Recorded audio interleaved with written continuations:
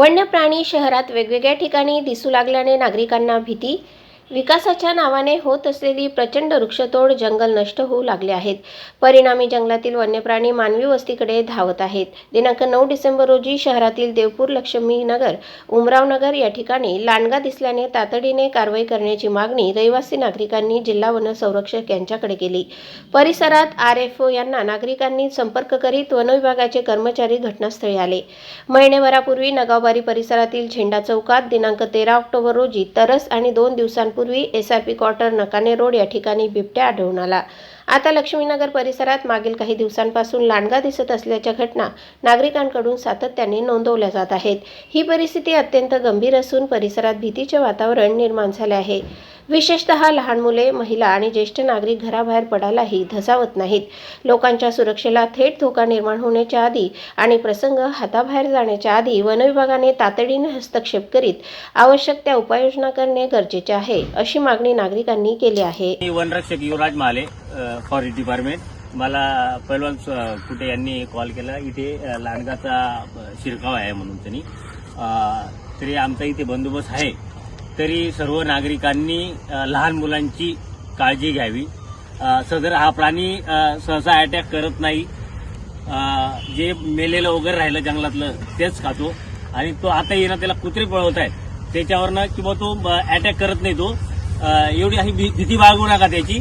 लहान मुलांची तेवढी काळजी घ्यावी आपण। जसं त्याला रात्रीच्या वेळेस ना मार्ग निघाला ना, तर आजूबाजूला नगावचं जंगल आहे, बोरीचं जंगल, इकडे बिलाडीचं जंगल आहे, तो निघून जाईल। थोडा त्याला वेळ दिला तर तो निघून जाईल। आपण भीती नका बाळगू। धन्यवाद साहेब। हा, डिपार्टमेंट सगळी काळजी घेते आणि केव्हाही आपण कॉल करा। वृक्षतोड बंद करण्याबाबत निवेदन। नाशिक येथे होणाऱ्या कुंभमेळ्याचे निमित्त पुढे करून आध्यात्मिक व पौराणिक महत्त्व असलेल्या तपोवनातील पवित्र वृक्षांची होऊ घातलेली वृक्षतोड शासनाने थांबवावी, यासाठी मराठी वाङ्मय मंडळ अमळनेर, महाराष्ट्र साहित्य परिषद शाखा अमळनेर व खानदेश साहित्य संघ जळगाव जिल्हा या साहित्य संघटनांना संयुक्तरित्या प्रांताधिकारी अमळनेर तसेच विभागीय वन अधिकारी अमळनेर यांच्यामार्फत शासनाला होणारी वृक्षतोड थांबवण्यासाठी निवेदन देण्यात आले। तीनही संघटनेच्या कार्यकारिणीत पदाधिकारी, सभासद व पर्यावरणप्रेमी नागरिक उपस्थित होते। पर्यावरण संवर्धनासाठी एकत्र येत निवेदन दिले।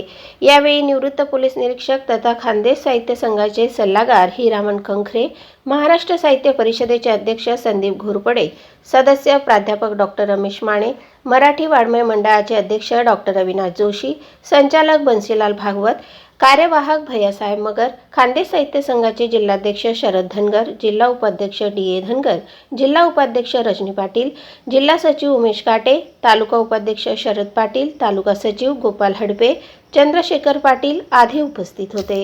मला वाटतं नाशिक शहर आहे, त्याच्या दृष्टीने खूप लहान आहे, खूप चिंचोळ्या गल्ल्या आहेत आणि म्हणून आम्हाला वाटतं की जनक्षोभ उठू नये याकरता आम्ही या तपोवनामध्ये जी माणसं झाडं तोडू नये असं आंदोलन करतायत, त्या आंदोलनकर्त्यांना पाठिंबा म्हणून आम्ही महाराष्ट्र साहित्य परिषद, आमचं मवा मंडळ, आमची ही खानदेश साहित्य संघ, आम्ही सगळे म्हणून तुमच्यापर्यंत निवेदन दिलंय। आमच्या भावना तिथपर्यंत पोहोचवा एवढाच उद्देश आहे, बाकी काही नाही।